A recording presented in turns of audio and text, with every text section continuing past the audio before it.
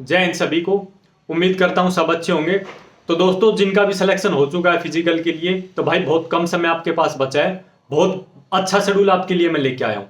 जितना समय आपके पास है 9 से आपके फिजिकल स्टार्ट हो जाएंगे।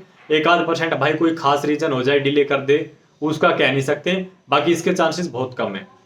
तो भाई आपके शेड्यूल पे बात करूँ उससे पहले, जैसे कुछ भाई मैसेज कर रहे थे कि भर्ती में धांधली हुई है, तो भाई इस पे सुन लो। चिकनी चुपड़ी बातें करके कोई फायदा नहीं है। स्पष्ट कहूंगा, जो चीज हो चुकी है, क्या आप उस चीज को चेंज कर सकते हो? अगर भर्ती में आप ये मान के चलो कि धांधली हुई है, तो क्या अब आप उस चीज को चेंज कर सकते हो? भाई कुछ नहीं होगा। आप सिर्फ अपना समय खराब करेंगे इस चीज को पकड़ के। आपने आरपीएफ का एग्जाम देखा था, काफी पहले हुआ था।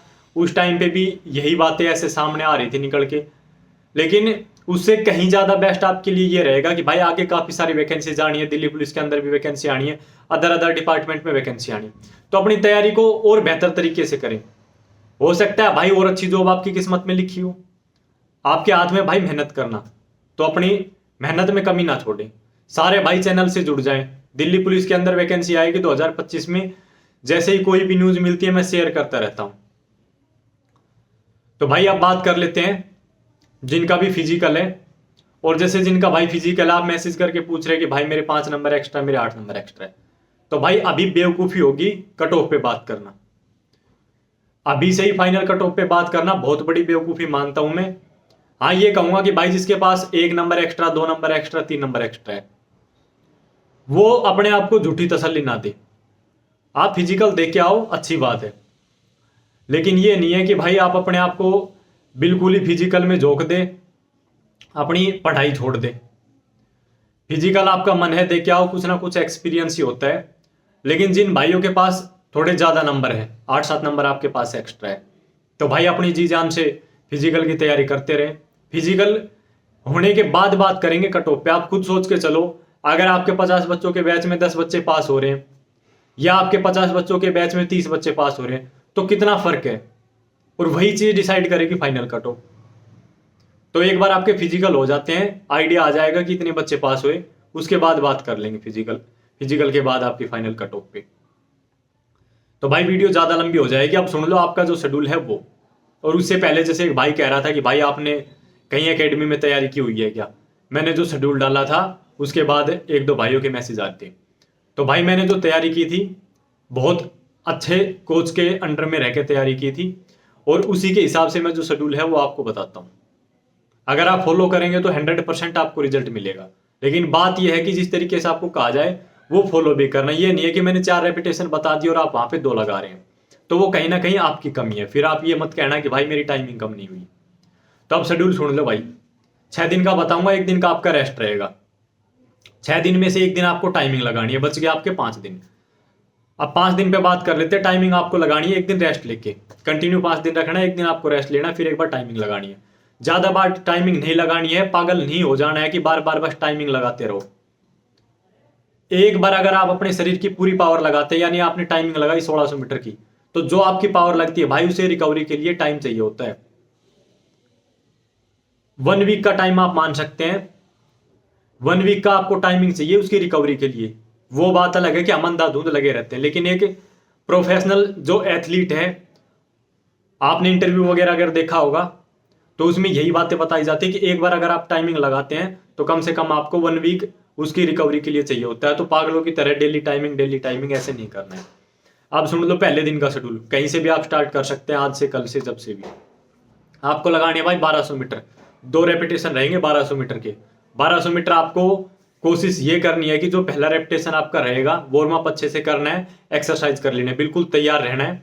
उसके बाद आपको 1200 मीटर लगानी है। 1200 मीटर आपकी रहेगी। अपनी तरफ से कोशिश करें कि आपकी 1200 मीटर 4:35-40 तक आ जाए, बहुत बेस्ट रहेगा आपके लिए। फिर आपको लेना है रेस्ट, थोड़ा बहुत इधर उधर हिलडुल लेना है ग्राउंड के अंदर, 4-5 मिनट का जो भी आप रेस्ट लेना चाहे, और दोबारा से फिर लगानी है भाई 1200 मीटर।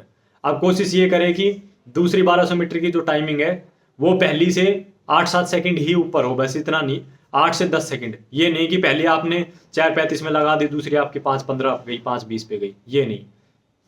तो दूसरे दिन पे बात कर लेते हैं अब। भाई दूसरे दिन आपको करनी है स्लो फास्ट रनिंग। अब स्लो फास्ट किस तरीके से करनी है? एक दो राउंड जैसे पहले अपना वार्म अप का लगा लेना है, उसके बाद क्या करना है, एक राउंड आपका स्लो रहेगा, एक फास्ट। जो आपका राउंड स्लो रहेगा आप अपना स्लो रख सकते हैं, आपने 2:10 का लगा लिया, 2:20 का लगा लिया एक राउंड।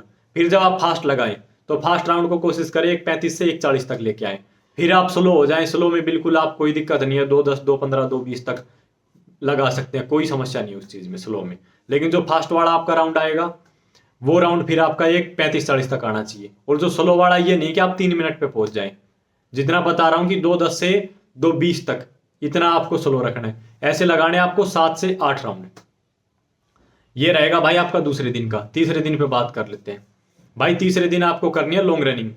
लॉन्ग रनिंग आपको करनी है कम से कम, अगर आपको बताऊं तो भाई 7 से 8 किलोमीटर। अगर 9-10 किलोमीटर कर सकते हो तो बहुत बेस्ट है। स्टेमिना बनेगा आपका भाई, जो एक कहते हैं ना कि सहन करने की जो क्षमता है वो बनेगी अगर आप लॉन्ग रनिंग करते हैं तब।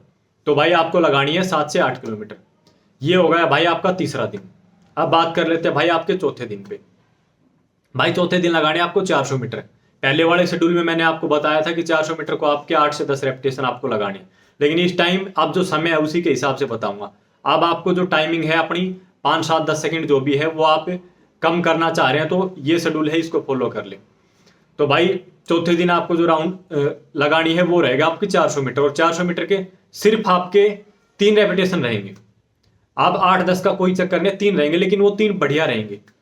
3 रेपिटेशन आपके रहेंगे 1:15, 1:17, बस इससे ऊपर नहीं जानी चाहिए आपकी टाइमिंग। 1:15 से 1:17 तक आप लगाएं, उसके बाद आप थोड़ा रेस्ट ले, फिर दोबारा लगाएं, फिर रेस्ट ले, फिर दोबारा लगाएं। 3 रेपिटेशन आपकी रहेगी।